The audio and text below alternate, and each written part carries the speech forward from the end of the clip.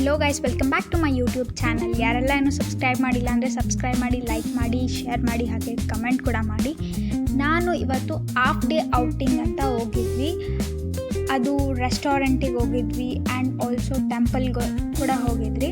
ಅದನ್ನು ನಾನು ಈ ಬ್ಲಾಗಲ್ಲಿ ತೋರ್ಸೋಕ್ಕೆ ಕ್ಯಾಪ್ಚರ್ ಮಾಡ್ಕೊಂಡಿದ್ದೀನಿ. ಸೊ ಫಸ್ಟ್ಲಿ ನಾವು ಲಂಚ್ನ ತಿನ್ನಬೇಕಿತ್ತು, ಹಾಗಾಗಿ ನಾವು ಟೈಗರ್ ಏರೋ ರೆಸ್ಟೋರೆಂಟ್ಗೆ ಹೋದ್ವಿ. ಫಸ್ಟು ಆಫ್ಟರ್ನೂನ್ ಆಗಿತ್ತು, ಆಲ್ಮೋಸ್ಟ್ 3:30 ಆಗಿತ್ತು. ಆ್ಯಂಬಿಯನ್ಸ್ ಅಂತೂ ಹೊರಗಿಂದಾನೇ ಸಿಕ್ಕಾಪಟ್ಟೆ ಚೆನ್ನಾಗಿದೆ. ಅದು ಮೇನ್ ರೋಡಲ್ಲಿದ್ರೂ ನಮಗೆ ಯಾವುದೇ ಥರ ಡಿಸ್ಟರ್ಬೆನ್ಸ್ ಇರಲ್ಲ, ತುಂಬ ಒಳಗಡೆ ಇದೆ. ಏರೋಪ್ಲೇನಲ್ಲಿ ಆ್ಯಕ್ಚುಲಿ ಕುತ್ಕೊಂಡು ಊಟ ಮಾಡಬೇಕು ಅಂತಂದರೆ 100 ರೂಪೀಸ್ ಟಿಕೆಟ್ ಕಾಸ್ಟ್ ಆಗುತ್ತೆ.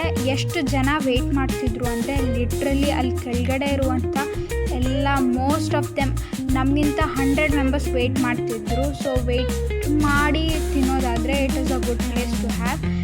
ಟಿಕೆಟ್ 100 ರೂಪೀಸ್ ಇತ್ತು. ಸೊ ನಮಗೆ ವೆಯ್ಟ್ ಮಾಡೋಕ್ಕಾಗಲ್ಲ, ಹಾಗಾಗಿ ನಾವು ಅದ್ರ ಪಕ್ಕದಲ್ಲೇ ಇರುವಂಥ ಇನ್ನೊಂದು ಅವ್ರದ್ದೇ ರೆಸ್ಟೋರೆಂಟಿಗೆ ಹೋದ್ವಿ. ಅಲ್ಲಿ ಆ್ಯಂಬಿಯನ್ಸ್ ಅಂತೂ ಲಿಟ್ರಲಿ ಕಳೆದೋಗ್ತೀರಾ, ಅಷ್ಟು ಚೆನ್ನಾಗಿದೆ. ಯಾಕಂದರೆ ಪಕ್ಕದಲ್ಲೇ ತೋಟ ಅದು ಇದು ಎಲ್ಲ ಇದೆ. ತುಂಬಾ ಕಾಮ್ ಆ್ಯಂಡ್ ಪೀಸ್ಫುಲ್ ಆಗಿದೆ.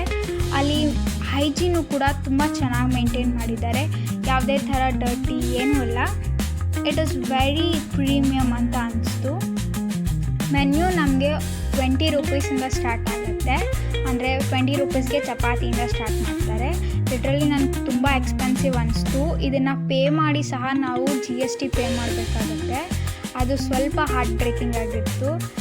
ನೀವೇ ನೋಡ್ತಾ ಇದ್ದೀರಾ ಎಷ್ಟು ವೆರೈಟೀಸ್ ಇದೆ, ತುಂಬ ವೆರೈಟೀಸ್ ಇದ್ದಾವೆ, ಆಲ್ಮೋಸ್ಟ್ ವಾಸ್ಟ್ ವೆರೈಟೀಸ್, ಬಟ್ ತುಂಬ ಎಕ್ಸ್ಪೆನ್ಸಿವ್.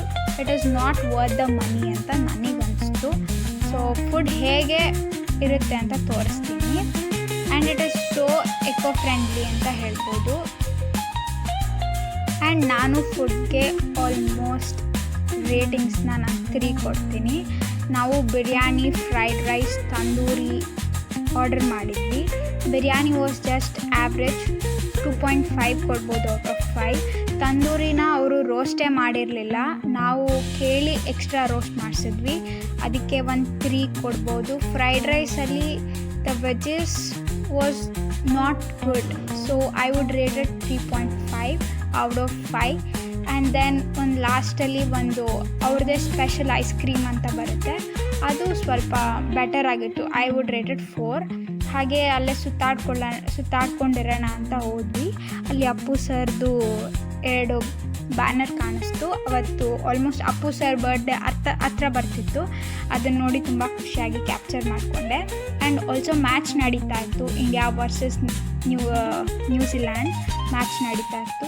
ಆ ಮ್ಯಾಚ್ ಕೂಡ ನೋಡಿಬಿಟ್ಟು we just came to the temple. So Bannerghatta ಅಲ್ಲೇ ಹತ್ರ ಇರೋದ್ರಿಂದ ನಾವು ಬನ್ನೇರುಘಟ್ಟ ಬೆಟ್ಟಕ್ಕೆ ಬಂದ್ವಿ. ಇಲ್ಲಂತೂ ಎಷ್ಟು ನಡಿಬೇಕು ಅಂತಂದರೆ ನಿಜವಾಗ್ಲೂ ಕಾಲು ಫುಲ್ ನೋವಾಗಿಬಿಡುತ್ತೆ, ಅಷ್ಟು ಮೆಟ್ಲುಗಳಿದ್ದಾವೆ. ಬಟ್ ಮೇಲೆ ಹೋದರೆ ನಿಮ್ಗೊಂದು ಪೀಸ್ಫುಲ್ ಆದ ವ್ಯೂ ಇರುತ್ತೆ. ಸೊ ಸನ್ಸೆಟ್ ಪಾಯಿಂಟಿಗೆ ಹೋಗಬೇಕು ಅಂತ ತುಂಬ ಬೇಗ ಹೋದ್ರಿ, ಬಟ್ ನಾವು ಹೋಗಿ ಒಂದು 5 ಮಿನಿಟ್ಸ್ ಹಿಂದೆಯೇ ಸನ್ಸೆಟ್ ಆಗಿಬಿಟ್ಟಿತ್ತು. ಮೇಲೆಯಿಂದ ನೋಡೋಕ್ಕೆ ಈ ಥರ ಇರುತ್ತೆ ವ್ಯೂ. ನಿಜವಾಗ್ಲೂ ತುಂಬ ಚೆನ್ನಾಗಿತ್ತು. ಫುಲ್ ಫಾಗಿ ವೆದರ್ ಇತ್ತು. ಆ್ಯಂಡ್ ಇನ್ನೂ ಕನ್ಸ್ಟ್ರಕ್ಷನ್ ಮಾಡ್ತಾಯಿದ್ರು. ನಿಜವಾಗ್ಲೂ ಇಟ್ ವಾಸ್ ವೆರಿ ಗುಡ್. ಅಷ್ಟು ಪೀಸ್ಫುಲ್ ಆಗಿತ್ತು. ಬೆಟ್ಟ ಹತ್ತುವಾಗ ಈವ್ನಿಂಗ್ ಇತ್ತು, ಬೆಟ್ಟ ಇಳಿಬೇಕಾದ್ರೆ ನೈಟ್ ಆಗಿಬಿಟ್ಟಿತ್ತು. ಲಿಟ್ರಲಿ ಸಖತ್ ಟಯರ್ಡ್ ಆಗಿಬಿಟ್ಟಿದ್ವಿ.